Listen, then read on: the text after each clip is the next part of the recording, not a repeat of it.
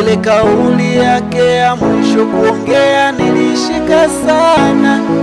Alisema msiwalipe mabaya wanangu, naweza ondoka leo ama kesho. Alisema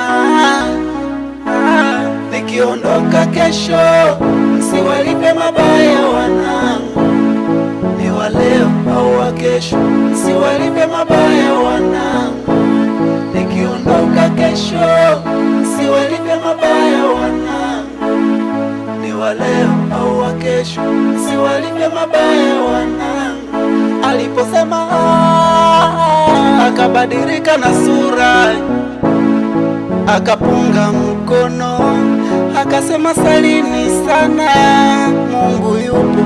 Alipomaliza kusema akakata roho.